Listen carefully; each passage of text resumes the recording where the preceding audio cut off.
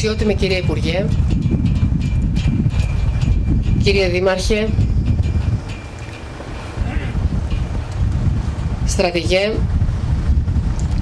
διοικητή του 8ου πυροσβεστικού σταθμού, συνάδελφοι, εθελοντές, αγαπητοί συμπολίτες, σας ευχαριστώ που παρευρίσκεστε στα αποκαλυπτήρια των πρωτομών των ηρών πυροσβεστών Ανδρέα Μπόσινα και Παύλο Σκούρτη για να αποτείνουμε φόρο τιμής.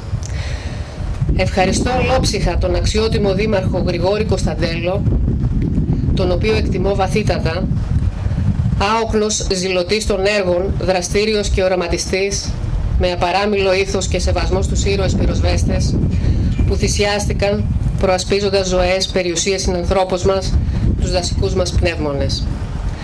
Πιστός στις δεσμεύσεις του, τίμησε τους δύο ήρωες πυροσβέστες, τοποθετώντας δύο πρωτομές, τις οποίες φιλοτέχνησε ο γλύπτης Ιωάννης Μπάρδης, τον οποίο ευγνωμονώ, στο μνημείο το οποίο ο Δήμαρχος είχε δημιουργήσει για να ταινίζουν ως άγρη πνιφνουρή το πανόραμα Βούλας.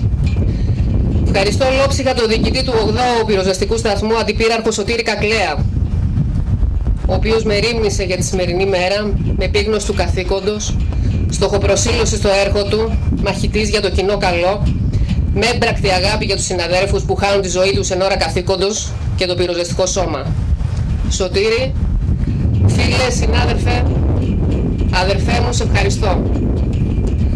Ο αδερφός μου ήταν ξεχωριστός άνθρωπος, ανιδιοτελής, με ήθος, αρχές, γεμάτος καλοσύνη, πάντα με το χαμόγελο, όσα και να τον απασχολούσαν, πάντα υπερήφανοι για τον αδερφό μου. Αγαπούσε να είναι πυροσβέστης, να προσφέρει τη βοήθειά του και να προστατεύει, ακόμα και με την ίδια του τη ζωή για ό,τι έχει ταχθεί. Άλλωστε, όπως και ο ίδιος έλεγε, έκαστος εφώ ετάχθη. Η μέρα αυτή είναι διαζούσης σημασίας για την οικογένειά μου και ιδιαίτερα για τον αείμνηστο πατέρα μου και συνάδελφο αξιωματικό του πυροσβεστικού σώματος Παναγιώτη Μπόσινα, ο οποίος μας εμφύσισε την αγάπη για το πυροσβεστικό σώμα και για το κοινό καλό.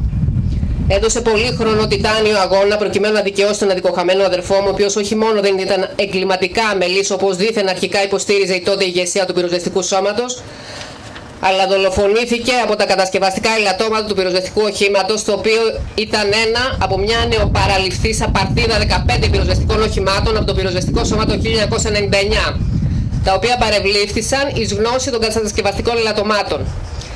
Παρά τις συνεχείς απειλές, τον εκφοβισμό, την τρομοκρατία που βιώσαμε ως οικογένεια, ποτέ δεν κάναμε πίσω. Ορθώσαμε ανάστημα στο έγκλημα, στην ασυδοσία, σε αυτούς που δεν είχαν κανένα νομικό ηθικό φραγμό.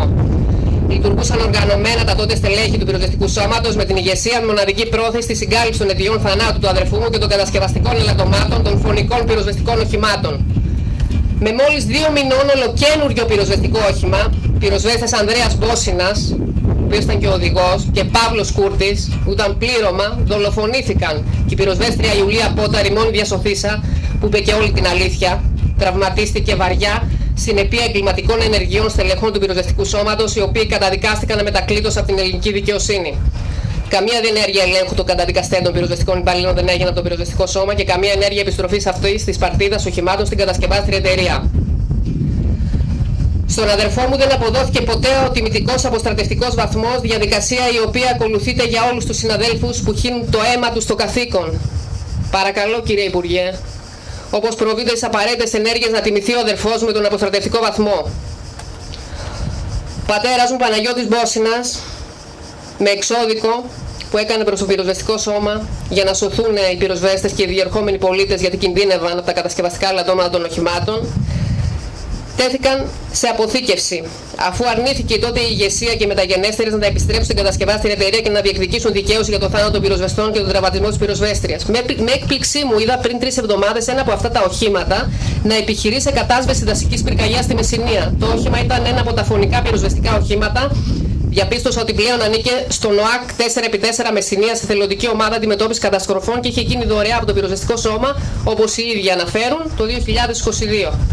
Εγκληματική δωρεά, καθώς αυτή η παρτίδα οχημάτων έχουν σωρία κατασκευαστικών ελαττωμάτων πέραν κάθε επισκευής.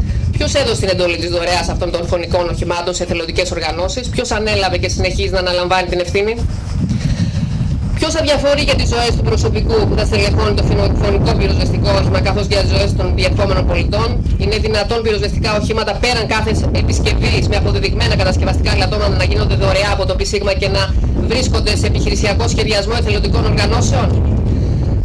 Θα ήθελα βέβαια αυτή τη μέρα εξεχούσης σημασίας για την οικογένειά μου να παρευρίσκεται ανάμεσά μας ο σύζυγός μου, πύραχος Στέφανος Στεφανίδης, ο οποίος δυστυχώς μετά από σοβαρό εργατικό ατύχημα εν ώρα υπηρεσίας λόγω και πάλι παραλήψεων νόμιμων ενεργών διοικήσεων και ηγεσίας πισίγμα δεν δύναται να παρευρίσκεται. Οξύμορο δε ότι οδηγούμαστε αυτή τη τιμητική ημέρα για τον αδερφό μου σε ένα νέο δικαστικό αγώνα προκειμένου να δικαιωθεί ο σύζυγός μου, τον οποίο παρανόμως τον οδηγούν στην αποστρατεία. Όποιον αγαπάς δεν πεθαίνει, αιώνια φλόγα στην καρδιά σου μένει. Ανδρέα, μπαμπά, σας αγαπώ, είμαι πολεμίστρια, όπως με έχεις διδάξει πατέρα μου, περήφανη, αξιοπρεπής, υπέρμαχη μαχήτριας δικαιοσύνης. Σας ευχαριστώ όλους ολόψυχα που παρευρεθήκατε εδώ σήμερα.